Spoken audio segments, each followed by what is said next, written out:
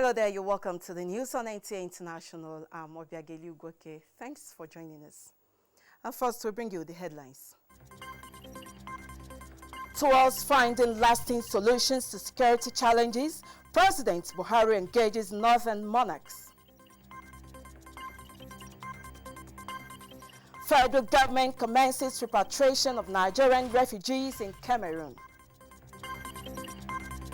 Plus, updates on seizure of Nigeria's asset worth $9 billion by a British court.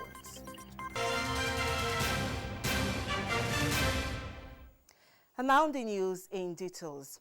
In furtherance of his strategic consultations with broad spectrum of Nigerian society towards finding lasting solutions to the challenges of security confronting the country, President Muhammadu Buhari has engaged northern monarchs for more inputs. The president pleaded with the royal fathers to genuinely do their part in securing Nigeria as his administration sustains efforts at tackling the dealing with all forms of unlawful and criminal activities. State House correspondent Adamu Sambo has the details.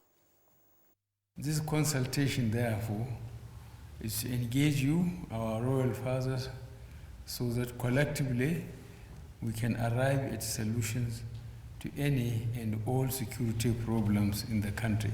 President Muhammadu Buhari described as welcoming the concerns and contributions of the northern traditional rulers in the task of addressing the prevailing challenges. He, however, said being the closest to the populace at the grassroots level and feel the pulse of the people in their respective communities, the monarchs need to do more towards the restoration of normalcy in the land. You are the traditional authorities in your communities. Government and the security agencies will be relying on you to monitor the several different communities and people coming in and out your areas.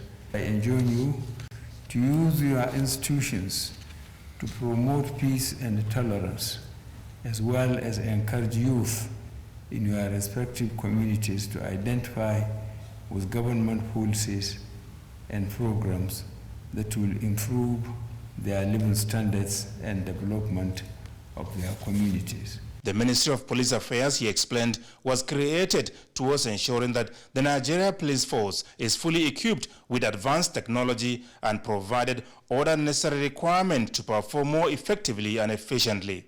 Government, he promised, will step up action against crimes of kidnapping, banditry, and other forms of criminal attacks resulting in needless deaths and plunging Nigerians to untold hardship. This administration is determined to enforce the law, prosecute lawbreakers, and secure an atmosphere of peace for all Nigerians wherever they live, and also protect our communities from all forms of crimes. This is both in our interest as an administration and the interest of all Nigerians. The military, the president said, will continue to be brought in when needed to complement the work of the police, including possible deployment of troops on certain highways, as well as the use of Air Force assets to bomb criminal hideouts. The Sultan of Sokoto, Muhammad Saad Abubakar III, who led the delegation to the State House, assured the president of full support of the traditional rulers in the task of securing Nigeria for a prosperous future. We believe we are major stakeholders. We believe in all the words we have heard from you in the last 4.5 years. Therefore, we want to assure you of our total commitment, totally undiluted commitment to see Nigeria, the Republic of Nigeria, survive as one of the best countries in the world. We are always ready to help you. And in helping you, we are helping our great country, Nigeria. President Muhammadu Buhari told the monarchs that directives have been issued to appropriate federal authorities to speedily approve licensing for states requesting the use of drones to monitor forests and other criminal hideouts. CCTVs, he said, are also to be installed on highways and other strategic locations so that criminal activities can be exposed, effectively monitored, and open to actionable intervention. From the State House, Adamu Sambo, NTA News. In the meantime, President Muhammadu Buhari is reassuring the people of Borno State that his administration will continue to do everything within his power towards bringing to an end the Boko Haram menace for lasting peace, stability, and socio-economic development. The president stated this when the state governor, Babagana Umara Zulum, briefed him on the reassurance of terrorist attacks in parts of the state. State House correspondent Adamu Sambo again has the reports. Governor Babagana Umara Zulum, who met President Muhammadu Buhari behind closed doors, described the recent terrorist attacks in parts of the state as disturbing. There was an attack in Gubio. There was an attack in Magumeri.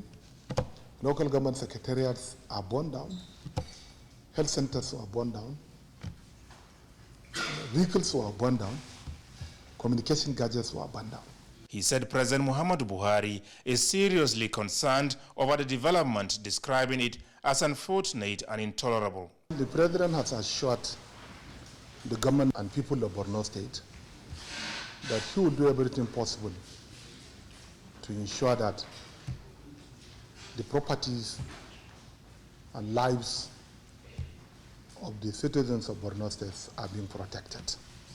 Governor Zulum therefore called on the people of the state to remain calm and law-abiding, saying his administration is committed to strengthening the civilian JTF and hunters to complement the efforts of the nation's military and the police towards totally eliminating the remnants of the criminal elements. We must also address the root causes of the Boko Haram insurgency, which is not limited to endemic poverty, pervasive illiteracy, poor social and economic outcome, unemployment, environmental degradation, drug abuse, among others.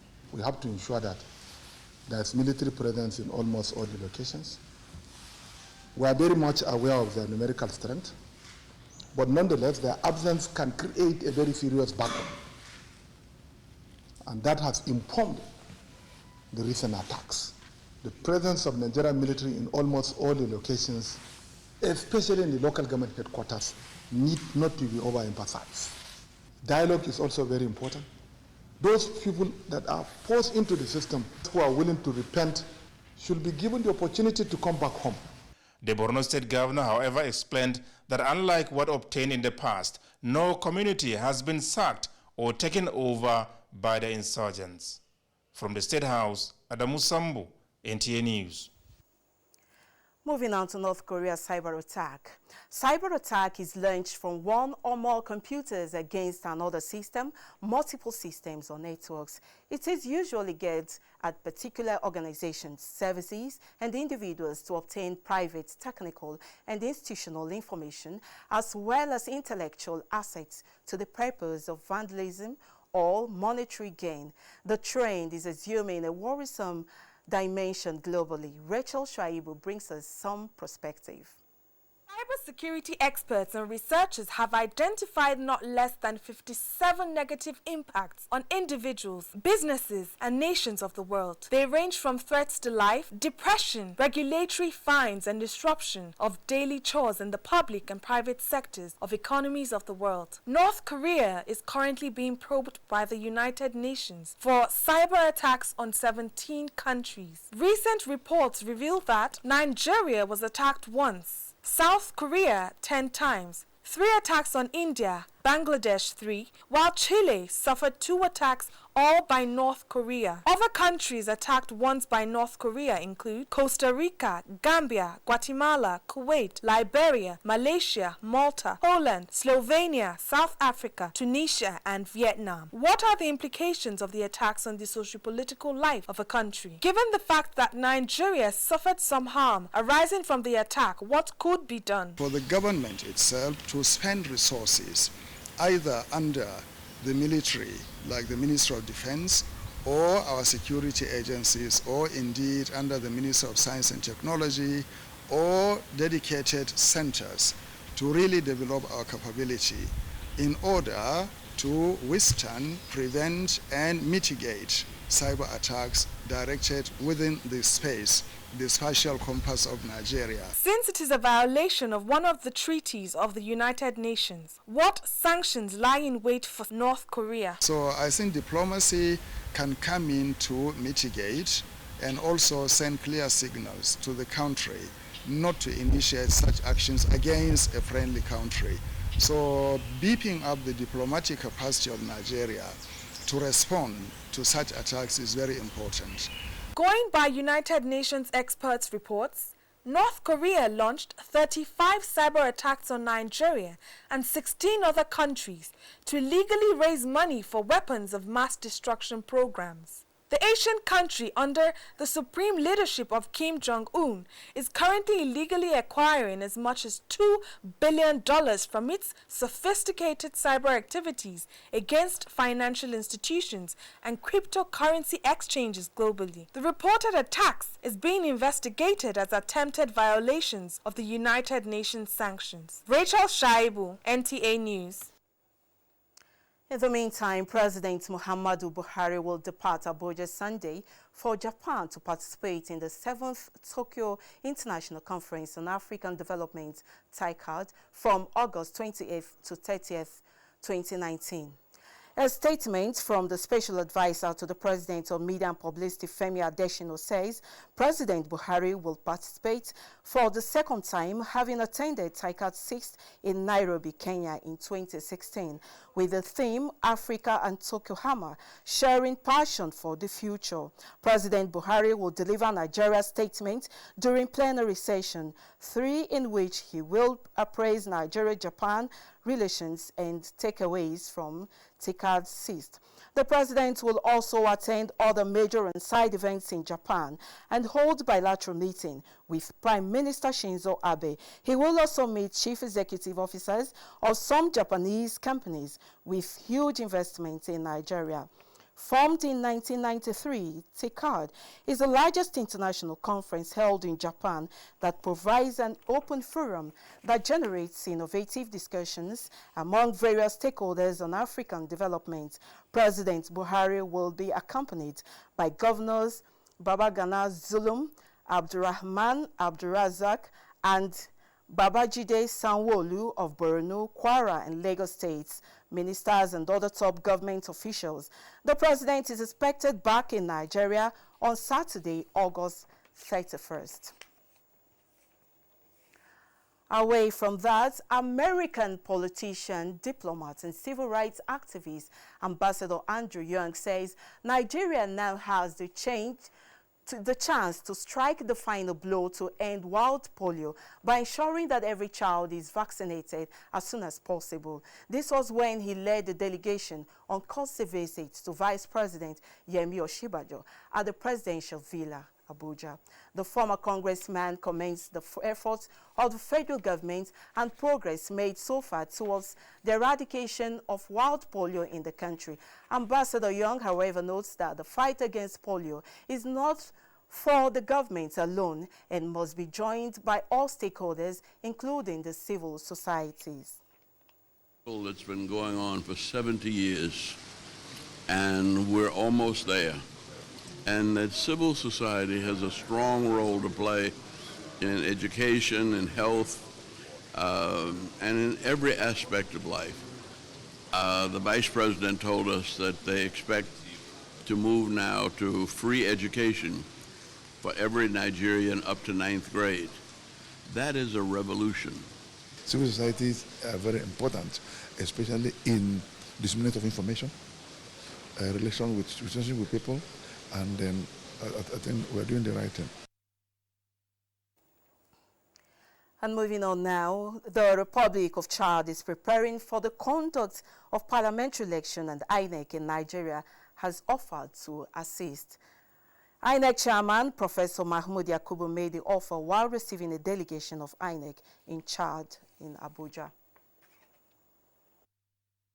Nigeria assists us about the logistic assistance.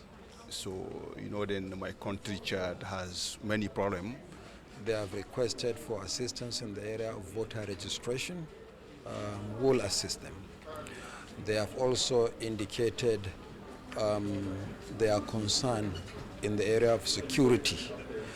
There are so many citizens displaced in Chad as a result of the insurgency. We will make available to them our framework for voting by internally displaced persons, hoping that they will also find something useful in that. But I think the most important thing for us at this stage is to, as we have agreed, to set up some discussion at a technical level. And from the tribunal comes a report that the Kogi State National Assembly Election Petition Tribunal sitting in Abuja has sacked Dino Melaye as senator representing Kogi West Senatorial District. In a split judgment, the three-member panel of the tribunal ordered for a fresh election to be conducted in the district. Smart Adeyemi filed a petition before the tribunal to contest the results, alleging that the process was plagued with irregularities and disorganizations. Two members of the panel agreed with the petitioner and annulled the election, while the chairman of the tribunal gave a minority judgment. In a swift reaction, the senator whose election was nullified, Dino Melaye, has described the nullification of his election as a miscarriage of justice. Melaye signified his intention to appeal for judgment. You're still watching the news on NTA International. We bring you more reports after this time out. Stay with us.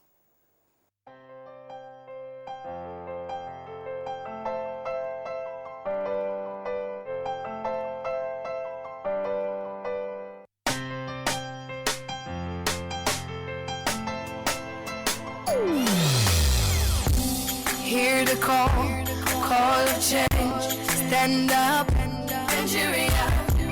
Change is here and it's going to stay. Change begins with you. Oh yeah, make we go. Go to so let the change begin from within. Look at you, oh get roller. Change begins with you and me. Change begins with me. Change begins with me. Change begins with me. This message is brought to you by the Federal Ministry of Information and Culture. Many thanks for staying with us. The Minister of Information and Culture, Lai Mohammed, has tasked parastatals under his watch to redouble efforts in the next level agenda for greater achievements. He stated this when heads of parastatals under his ministry paid him a congratulatory visit. Kenneth Nanim reports. These are familiar faces to the Minister of Information and Culture. If you like, call them the pilots navigating the parastatals and agencies of the ministry. Barely 48 hours after inauguration and resumption of duty by the Information and Culture Minister Lai Mohammed, having been reappointed by President Muhammadu Buhari, heads of these parastatals converged on the minister's office to congratulate and reassure him of their commitment towards moving from the change agenda to the next level, ensuring that Nigerians are kept abreast with government policies and programs. Collectively, we have come to commit ourselves to giving you the same kind of support we had given, and to commit ourselves to carry out our mandate in our respective taps, and to say that we wish you well, we wish our country well, we wish Mr. President well. Minister Lai Mohammed believes his reappointment by President Muhammadu Buhari is a demonstration of the ministry's achievements in the last 4 years, a feat he attributed to the efforts of the parastatals under the ministry. Therefore, urged them to support him effectively to attain the next level agenda of the federal government. There was only one reward for hard work. It's actually more work. The president has recognized our modest effort. The only way we can reciprocate is by redoubling our efforts. And in particular, this coterie of DGs hold in their hands the destiny of this country. Because you have a responsibility to tone down the heat. The Director General of the Nigerian Television Authority, Yakubu Ibn Mohammed, was also part of the delegation. Kenneth Nanim, NTA News.